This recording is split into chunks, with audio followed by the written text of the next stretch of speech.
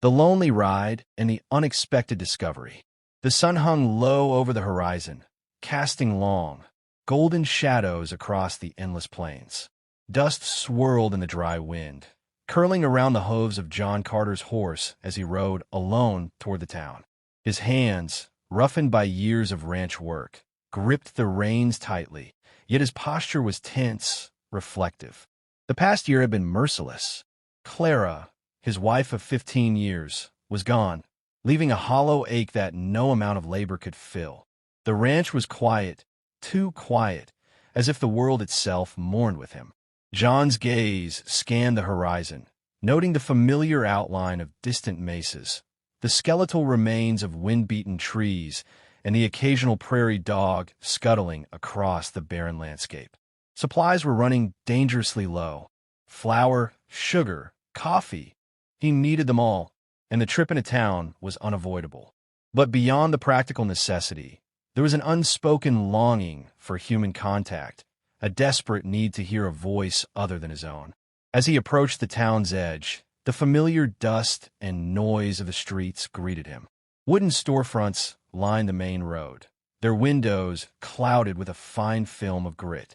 The general store bell rang as he pushed open the door, earning him a nod from the storekeeper, Ethan Harper. Ethan's smile was polite, yet casual. There was a hint of amusement in his eyes, as though he found John's solitary routine endearingly odd. John murmured a greeting and began gathering staples, stacking them with careful hands, lost in thought. Outside, a faint sound caught his attention, a quiet whimpering, almost drowned by the chatter of townsfolk. Curious, John stepped onto the boardwalk and followed the sound, his boots clattering against the worn planks. There, at the edge of the street, was a figure he had not expected. A young woman, her clothes tattered and dust-stained, sat huddled against the side of the building. One leg, twisted unnaturally, betrayed a recent injury. Her dark hair framed a pale, delicate face streaked with dirt. She held a small, empty bowl before her, shaking slightly as she whispered something in a language John did not understand. A mixture of caution and compassion stirred within him. Most strangers he met in town were accustomed to fending for themselves. Yet there was something different about her, fragile, vulnerable, yet dignified. Memories of Clara's kindness surfaced unbidden, guiding his next steps. Kneeling beside the woman, he offered her a portion of the bread he had just purchased. The young woman's eyes widened, and she accepted the food with a trembling hand. Gratitude, raw and unfiltered, shone in her gaze, piercing through the isolation John had wrapped himself in. Her voice, though broken and accented, conveyed the simplest of messages. Thank you. He nodded, unsure what more to say, but unwilling to walk away. A strange curiosity took root. Who was she? Why was she here alone, injured and in need? John's mind raced, yet he kept his tone gentle, inviting trust. "You should come with me," he suggested softly. "I can give you a place to rest, at least for the night." The woman hesitated, uncertainty flickering across her features, but the hunger in her eyes won out. She nodded, allowing him to help her to her feet. The ride back to the ranch was quiet, punctuated only by the rhythmic clip-clop of hooves and the occasional gust of wind. John stole glances at her, noting the resilience etched into her features. Her name, he would soon learn, was Mei Ling. She did not speak much, yet every gesture, every glance, seemed to communicate a depth of experience and emotion beyond words. By the time the ranch came into view, the sun had dipped beneath the horizon, leaving a violet twilight over the land. The familiar silhouette of the farmhouse stood against the fading light, the barn looming behind it like a silent sentinel. John dismounted, guiding Mei Ling carefully down the slope. He led her inside, offering warmth, food, and shelter. She accepted with quiet gratitude, sitting near the hearth as John prepared a simple meal. In the flickering firelight, he watched her eat and wondered about the life she had left behind, the trials that had brought her here. And yet, despite the circumstances, a flicker of connection stirred between them, fragile and unspoken. John felt a strange mixture of guilt and hope. He was alone, yes, but not entirely unloved, nor entirely without the capacity for care. As the night deepened, John lingered by the door, glancing at Mei Ling, then out into the quiet ranch. Tomorrow, he would continue his chores, continue the routine, but tonight, something had changed. A seed had been planted, a story begun, one that neither of them fully understood yet, but that would shape the days to come, settling in and growing bonds.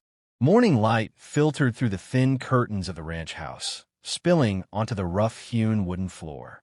The smell of coffee brewed in the kitchen mingled with the crisp scent of hay from the barn outside. John Carter moved quietly, careful not to disturb Mei Ling, who had spent her first night in the warmth and safety of his home. She sat near the hearth, her fingers brushing absently over the rim of a wooden bowl, lost in thought. The silence was comfortable, yet charged with unspoken tension. Mei Ling's eyes, dark and reflective, followed John as he moved about the kitchen, arranging plates and slicing bread. Though she had only arrived the night before, a quiet familiarity had begun to settle over her presence, as if the house had always known her in some forgotten way. John noticed the subtle precision in her movements, the way she carried herself despite the obvious pain in her leg. She was fragile, yet remarkably resilient. Breakfast was shared in near silence, broken only by the occasional clink of utensils. John's mind wandered to Clara, to the warmth of her laughter, and the unspoken rules of morality he had promised himself after her death. He had been alone for a year, and yet here sat Mei Ling, a living, breathing reminder of both human vulnerability and human connection. He could feel a pull toward her, a mixture of protective instinct and something far more complicated. After breakfast, John led her outside to the barn. The morning sun glinted off the dust motes suspended in the air, creating a halo around Mei Ling as she observed the cattle and horses. John explained the routines of ranch life, feeding schedules, tending to the animals, and basic maintenance. She listened intently, absorbing every word despite the language barrier, nodding and responding with small, precise gestures. In her eyes, John saw gratitude, curiosity, and a subtle spark of determination. As the day progressed, small tasks brought them closer together. Mei Ling carried water, swept the barn, and assisted with feeding the livestock, her movements careful but confident. John watched her silently, noting the strength beneath her vulnerability. Each time their hands brushed, passing a bucket, lifting a bale of hay, he felt a jolt of awareness, a stirring he had not felt since Clara's passing. Guilt accompanied it, but so did a sense of relief. Perhaps he could feel again, even after so much loss. By midday, the sun bore down heavily on the open fields. They paused near the edge of the pasture, leaning against a fence, catching their breath. John offered her water from a leather flask, and she accepted with a soft, almost shy smile. It was the first time he saw a hint of playfulness in her demeanor, a glimpse of personality beyond survival. Conversation remained limited, but the moments between words spoke volumes. A shared glance, a brief nod, a subtle shift in posture conveyed understanding, empathy, and the beginnings of trust. The afternoon brought a quiet moment of vulnerability. Mei Ling winced as she adjusted her injured leg, and John immediately knelt to examine it. Though he had no formal medical training, his hands were steady, his touch gentle. He bandaged the wound with practiced care, speaking softly, offering reassurance in tones that transcended language. Mei Ling's gaze held his, and in that instant, an unspoken connection solidified, a bond built on compassion, trust, and the shared acknowledgement of pain. Evening approached, painting the sky in hues of orange and violet. The ranch settled into its usual rhythms, the lowing of cattle, the rustling of straw, the distant whistle of wind through the fields. John and Mei Ling stood side by side, surveying the land, sharing a silence that was comfortable and charged all at once.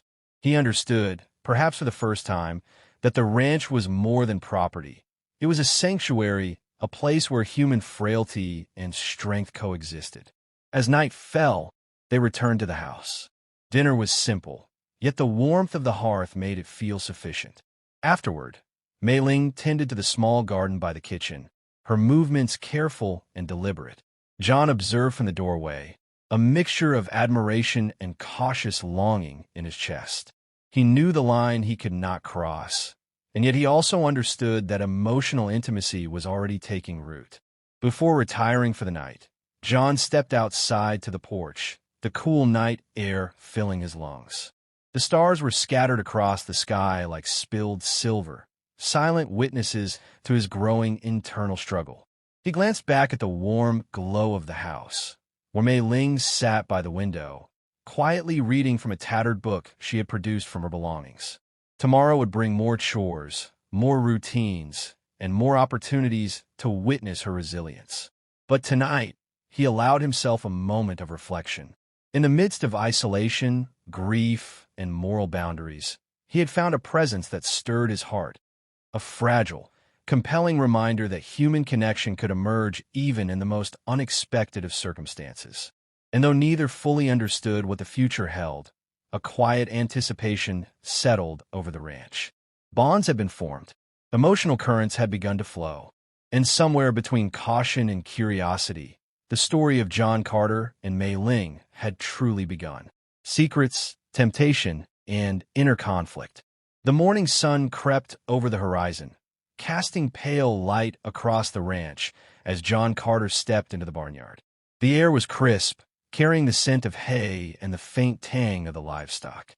Mei Ling was already outside, carefully attending to a mare with a gentle hand. Her movements were precise, almost ritualistic, as though each gesture carried meaning beyond the task at hand. John paused, watching her, a mixture of admiration and unease stirring within him. He had grown attached to her in the short span of days, but each heartbeat reminded him of the boundaries he could not and should not cross. The tranquility of the morning was interrupted by a distant shout from the town.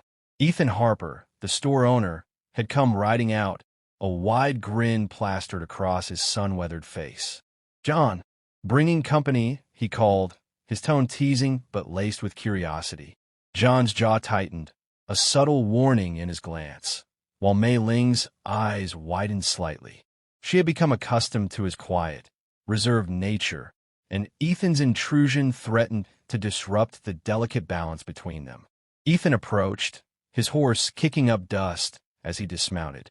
"Don't mind me, just thought I'd see how the ranch was doing," he said, glancing at Mei Ling with an unmistakable spark of interest.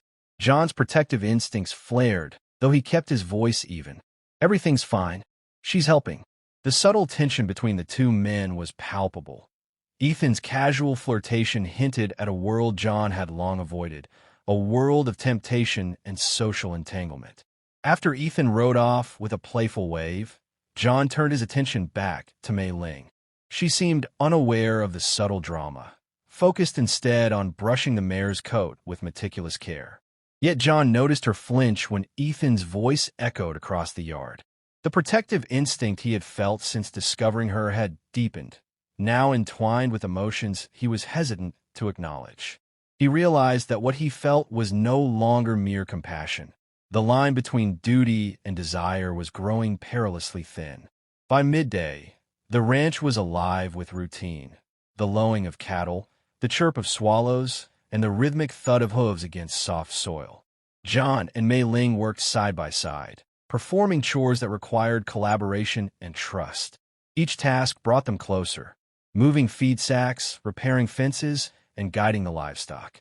Small touches, a hand guiding hers, a shared glance, were electric, charged with unspoken emotions. John's mind wrestled with guilt. He remembered Clara's warmth and the vows they had shared, the life they had built together. And yet, Mei Ling's presence was undeniable, a soft counterpoint to grief, loneliness, and memory. Later, as the sun climbed higher, Mei Ling hesitated near the fence, her eyes scanning the horizon. John approached cautiously, sensing an unspoken struggle within her. "Is something troubling you?" he asked softly. She looked up, and in her eyes, he saw a history that was both heartbreaking and humbling. Slowly, she revealed fragments of her past, the family she had lost, the hardships that led her to beg in the town, and the injury that now made every step a careful negotiation. Words were few, but her tone conveyed depth and resilience. John listened, his heart tightening with empathy and a growing sense of responsibility. By evening, shadows stretched across the ranch, casting long silhouettes on the barn walls. John found himself outside, watching Mei Ling tend to a small vegetable patch near the house. The world seemed to quiet around them, leaving only the subtle rhythm of their breathing and the gentle rustle of leaves. In the fading light, he realized the complexity of his feelings. The moral line he had drawn in honor of Clara wavered under the weight of human connection. Emotional intimacy had already taken root, and though neither had crossed physical boundaries, the temptation was real, pressing, and undeniable. Dinner was a quiet affair. Plates were set, and the simple meal was shared in companionable silence. The firelight danced on the walls, illuminating the contours of their faces and the subtle expressions that conveyed unspoken thoughts. John noticed the way Mei Ling's eyes lingered on him for a fraction longer than necessary, a silent acknowledgement of shared understanding. He caught himself staring back, guilt and longing battling within him. As night fell, John stepped outside onto the porch, the sky a canopy of stars. The ranch was peaceful, yet inside him, turmoil churned. He understood that caring for Mei Ling, protecting her, and feeling drawn to her was natural, and yet morally complex. The choices he faced were not simple: to honor Clara's memory or to acknowledge the stirrings of his own heart. And as he gazed toward the dim glow of the house, he realized that the story of his life had shifted. Mei Ling was no longer merely a stranger or a burden. She had become a presence that challenged him, stirred him, and forced him to confront truths he had long buried. And though the resolution remained uncertain, one thing was clear. The bonds forming between them were irrevocable, and the days to come would test the limits of loyalty, morality, and the heart. Resolution and emotional reconciliation. Dawn arrived quietly over the ranch, painting the sky in soft streaks of rose and gold. John Carter stood on the porch, sipping coffee from a chipped mug, his thoughts heavy yet contemplative. The past days had shifted something within him, a recognition that human connection could not be neatly categorized as right or wrong. Mei Ling's presence had stirred emotions he had thought buried forever, and yet he understood the delicate line he must walk between honoring the past and embracing the present. Inside, Mei Ling moved with deliberate care, tending to the small garden she had begun to cultivate near the house. Her injuries were slowly improving. Each day, she walked with more confidence, her resilience evident in every step. John watched her from a distance, a mixture of pride and protectiveness swelling within him. The quiet intimacy of shared space, of lives intersecting without grand gestures, had become a rhythm, one that neither of them had expected but both had come to rely upon. The morning passed in unspoken companionship. John led the daily chores, while Mei Ling assisted in ways that demonstrated both skill and careful observation. Occasionally, their hands brushed as they lifted feed sacks or adjusted fence wires, a subtle reminder of the bond that had grown between them. The tension that had lingered, moral, emotional, and unspoken, was still present, but it had transformed into something quieter, more reflective, a mutual respect and understanding that transcended desire. By midday, John decided it was time to address the uncertainty that had hovered over them like a shadow. Mei Ling, he began carefully, his voice steady yet gentle. You've been here long enough to see the rhythm of this place. You've learned, you've adapted, and he paused, struggling to find the words that could express gratitude, admiration, and the boundaries of his feelings all at once. I care for you, but I cannot forget Clara. Mei Ling's gaze met his, unwavering yet soft. Her expression conveyed a depth of understanding that words could not capture. She nodded slowly, acknowledging the truth of his heart without resentment. "Understand," she whispered, her voice quiet but steady. "I am grateful for everything." There is a sense of closure in her tone, a mutual recognition that affection and care did not have to transgress moral boundaries to be meaningful. That afternoon, John escorted Mei Ling into town. The streets were bustling, and the people who had once cast curious glances now observed her with mild respect. She moved with confidence, assisted subtly by John, but carrying herself independently. He arranged for her to begin assisting Ethan at the general store, ensuring she would have both work and autonomy. As she stepped into this new chapter, he felt pride mingled with relief. She was no longer solely dependent on him, yet their bond remained intact, framed now by respect and trust rather than need alone. Returning to the ranch, John reflected on the weeks that had passed. He had faced temptation, wrestled with guilt, and confronted the stirrings of a heart that could still feel, still hope, and still care. In Mei Ling, he had discovered a mirror of resilience, a companion who had survived hardship and yet remained unbroken. And in himself, he had discovered a capacity to balance memory and desire, past love and present empathy. Evening fell gently, draping the ranch in hues of deep violet and silver. They shared a simple meal, the fire casting flickering shadows across the walls. Conversation was light, filled with small stories and quiet laughter. The tension of earlier days had softened into companionship, comfortable and sustaining. Each glance, each gesture, was a silent acknowledgment of the journey they had traversed together, one defined by growth, understanding, and emotional honesty. As night deepened, John stepped outside once more, gazing at the stars scattered across the velvet sky. The land was still, the ranch at peace. He thought of Clara, of the love they had shared, and of the lesson she had left him: compassion, integrity, and the courage to embrace life even after profound loss. And he thought of Mei Ling, whose quiet strength had challenged him, inspired him, and reminded him that the human heart was resilient, capable of renewal even in unexpected forms. He returned inside to find Mei Ling tending to the fireplace, a small smile on her face. Words were unnecessary. In the warmth of the room, in the glow of mutual understanding, they had reached a place of reconciliation, not just with each other, but with the past and the choices that had shaped them. The emotional bond was secure, yet untainted by betrayal. Love had taken a new form, one of trust, care, and shared humanity. And as the night drew to a close, John understood the truth that had eluded him in the solitude of his ranch.